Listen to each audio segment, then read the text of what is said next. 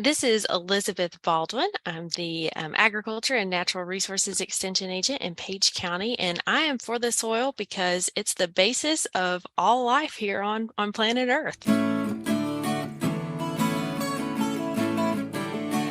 Hello, everyone, and welcome to another episode of For the Soil, a Conversation. I'm your host, Jeff Ishee, and of course, my co-host, Dr. Eric Bendfeldt with Virginia Cooperative Extension Community Viability, and Mary Sketch Bryant with the Virginia Soil Health Coalition are joining us on this, I say special episode because this really is a special episode. Dr. Bendfeldt, would you introduce our special guest? Yes, thank you, Jeff. We're fortunate to have with us Nelson Muiru from the Kijabe Environment Volunteers Organization from Kenya, East Africa. And I was fortunate to participate in Virginia Tech's East Africa Summer Institute for Educators and spent a little bit over a month in East Africa visiting universities and different nonprofit organizations, and was fortunate enough to visit KENVO in Lari, Kenya, and was struck by Nelson's vision as well as the community focus of their work there in East Africa. So welcome, Nelson. And if you could maybe tell us a little bit more about where Kijabe Environment Volunteers is situated in Kenya and East Africa, and about the farming and forest resource management there. About that, I know I just received a call, and my name is Nelson Muiru from Kijabe Environment Volunteers, which is a community-based organization in Lari Sub-County. Lari Sub-County is in Kiambu County of Kenya, and we are located about 54 kilometers northwest of the Kenyan capital, Nairobi. We are basically within what we call Kikuyu Escarpment, which is a great ecosystem within the southern Aberdares, which is a key water tower and a key biodiversity area within our country. So Kijabe Environment Volunteers, mostly abbreviated KENVO, is a community-based organization that was formed by young people who identified with a problem that the community in Lari was facing due to the destruction of indigenous forest. There was a lot of cutting down of indigenous trees, and this was really affecting the climate. This was really affecting the environment. This was really affecting the production of crops within the private farms and the overall production of services from this great ecosystem. So Kijabe Environment Volunteers, formed back in 1996, has been working within the community and with the community in activities related to environmental conservation. And some of these includes training the community on the importance of the forest ecosystem that surrounds us, the importance of protecting and utilizing the farms that we have on our private farms in a very good way so that it can continue producing for a long time, and as well being able to take care of whatever resources are non-renewable within the forest, and even for them that are renewable, how best can we be able to utilize them. We've been in operation since then, and we are very happy that today we can be able to extend our empowerment, our education, our sharing of knowledge to such institutions as Virginia Tech, because through their visit in a month ago or two, we were able to host them, and we got an opportunity to share with them how we work within the community and how the Kenyan community, how the Lari community are able to, conserve and preserve what they have as the natural resources within our area. a little bit of how we do or we practice agriculture, especially in our area. Kenya is majorly an agricultural country, and therefore we bet so much on agriculture for our food production. Lari being at the heart of the Central Highlands, which are the most agricultural producing areas, forms and becomes a very critical area where food crops come for the major cities and for the larger part of the population within. And therefore, what we do, we have the local farmers producing both for domestic use and as well for the markets, be it the local markets within Lari, but also for the major towns like Nairobi, Mombasa, Kisumu, Nakuru in Kenya. We are also part of these products find their way outside the country's boundaries, and this is therefore how important that Lari as a catchment or Lari as a food production area is to KENVO. We also have cash crops like coffee and tea coming from some parts of this ecosystem. And therefore, it is very important when the community understands the important role they play in conserving the environment around here, conserving the forest as an ecosystem that services the climatic conditions around this place. And therefore, this is how we do it.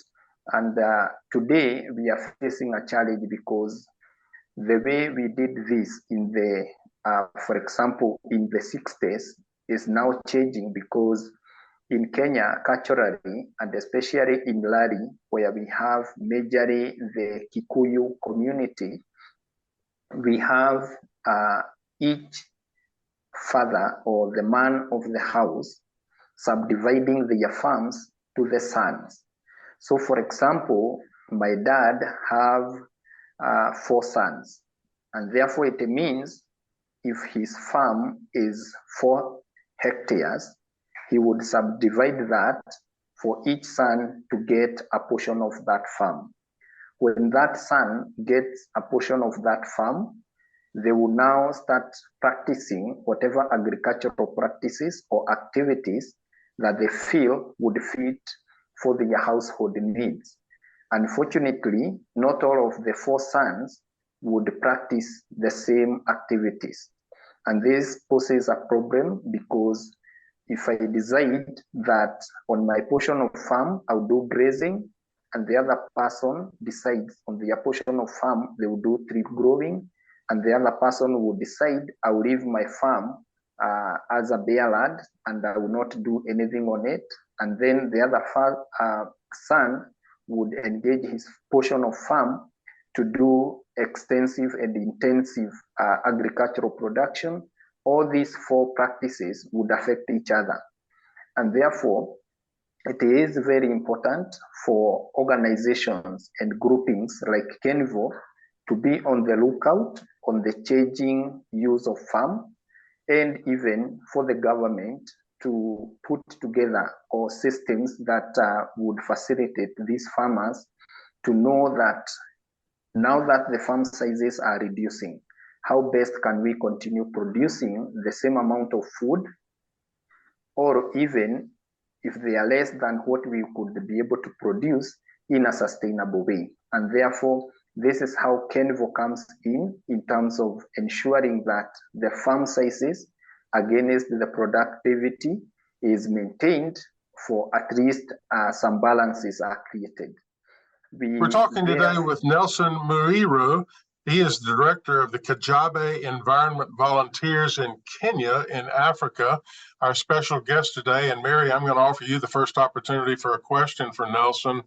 But first of all, I wanted to let our listeners be aware of some resources to learn more about this organization in Kenya. The organization is Kijabe Environment Volunteers. They do have a Facebook page. I'm looking at it now. Just do a search on Facebook for Kijabe. That's Kijabe Environment Volunteers. and the abbreviation for the organization is KENVO, KENVO. They also have a website, since they are a nonprofit, at kenvo.org. But Mary, I understand you have a question for Nelson. Nelson, it's incredibly interesting, and would be interested in learning a little more about how you mentioned that KENVO's background is really tied to the destruction of forestry, of forests in the area, but also really that large agricultural base in Kenya. How does forestry and forest restoration combine with crop agriculture in Kenya? Thank you so much for the question. And I will speak specifically for our community around the Rari, because we are surrounded by indigenous forests. And indigenous forests are key to the climatic conditions of the area. They are the source of water, and especially from the rivers. They also replenish the climatic conditions in terms of maintaining the humidity within this area, regulating the temperatures, and actually holding onto the rains when we have water, the sort of balance the runoff towards the agricultural land. And recently, or over the time, we've been able to note that farms that are nearer the forest produces more than farms that are further away from the forests. And this can be related because we are talking of biodiversity that is held within the forest. For your information, biodiversity is about everything that is within that forest. And for a forest, we are talking about the trees that are within this forest. We are talking about the birds that are within the forest. We are talking about the mammals within the forest.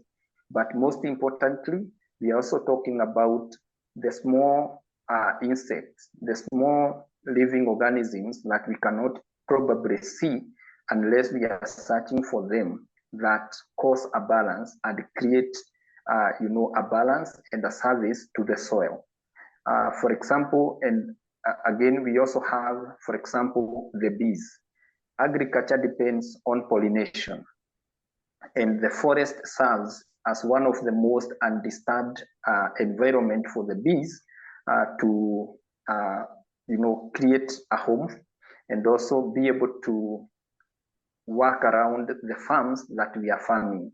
Therefore, once we cause a disturbance on the forests, we can be able to tell the difference, because we are disturbing, for example, the habitat for the bees. And they will be able to, for example, run away further from the farms. Thus, they are not able to pollinate our farms for good production. The other service is water. When we have water coming from the forests and flowing into the private farms or downstream, people can be able to use this water on their farms. And we are also able to harvest this water for drinking purposes. So this is how key the forests are related to agriculture. Thank you. Nelson, as KENVO has evolved since 1996, can you talk about how you've worked to build community trust and cooperation through the years? I know you've become very diverse in many different ways, but I think, how did you build trust in those initial years? Thank you so much, Eric, because number one, we need to understand how do we work with the community. And the first thing that we do is identify with the community needs. Once you identify with the community's culture, how do they survive? Because most of the time it's about livelihood. Anyone that is waking up and going to work, they are doing this so that they can be able to put food on their table. And once we understood how the community works around the Rari, we were able now to come in and talk to them. So we started off with simple studies and simple reports.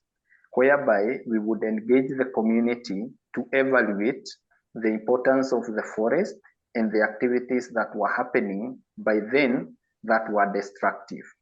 People would go into the forest to cut down trees, for charcoal, and others would do that for timber. But at the end of the day, they would do this so that they can sell to make an income. And once we followed that up, it was because the farm sizes are reducing and the farms were not as productive as they used to be. And therefore, when you are able to show the community alternative ways of earning their livelihood, you'll be able to win their heart. And again, one unique thing about KENVO is we never did it for the community. We did it with the community. We would work together to come up with solutions that fit different strata within the community. If, for example, certain group of farmers feels that on their farms, it would be best if they did dairy farming. They would rear dairy cattle for the milk production. We would work with them and look for a project or an initiative that would promote dairy farming. If on the other part, farmers felt that their piece of land would best be fit for beekeeping, then we would work with those farmers to do beekeeping. And that's how we gained, number one, the community trust and ownership to the initiatives that we were bringing on board. Again, it's about linking these farmers to the market for the initiatives that we have. So by linking them to the market, they are already able to relate that we are producing this and we can be able to connect with the incomes. Thank you.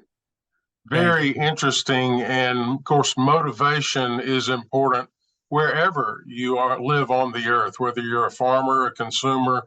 People need to be motivated in order to be encouraged to do things. And Nelson, we want to thank you for being a guest on this episode of For the Soil, a Conversation.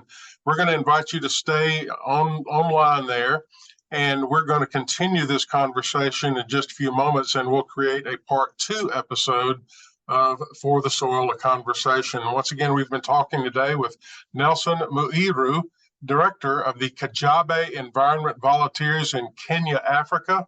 Once again, those resources on the web at kenvo.org. That is spelled KENVO.org. They also have a YouTube channel and a Facebook page, Kijabe Environment Volunteers. That's KIJABE, Environment Volunteers, abbreviated KENVO. Nelson, once again, thank you so much. And Mary and Eric, we'll be back for part 2. Thank you. Thank you, Nelson, and thank you, Jeff. For the Soil, a Conversation is made possible with funding support from the National Fish and Wildlife Foundation and the Agua Fund. Other partners include the USDA's Natural Resources Conservation Service, Virginia Cooperative Extension, Virginia State University, Virginia Department of Conservation and Recreation, and partners of the Virginia Soil Health Coalition. Views expressed on this podcast are those of each individual guest. To download a copy of this or any other episode, visit the website forthesoil.org. And if you should have a specific question about soil health, call your local extension office, your local USDA service center, or a Soil and Water Conservation District office. Music used during today's program was provided courtesy of The Flip Charts, all rights reserved. For the Soil, a Conversation is produced by On the Farm Radio in collaboration with Virginia Tech. I'm your host, Jeff Ishee.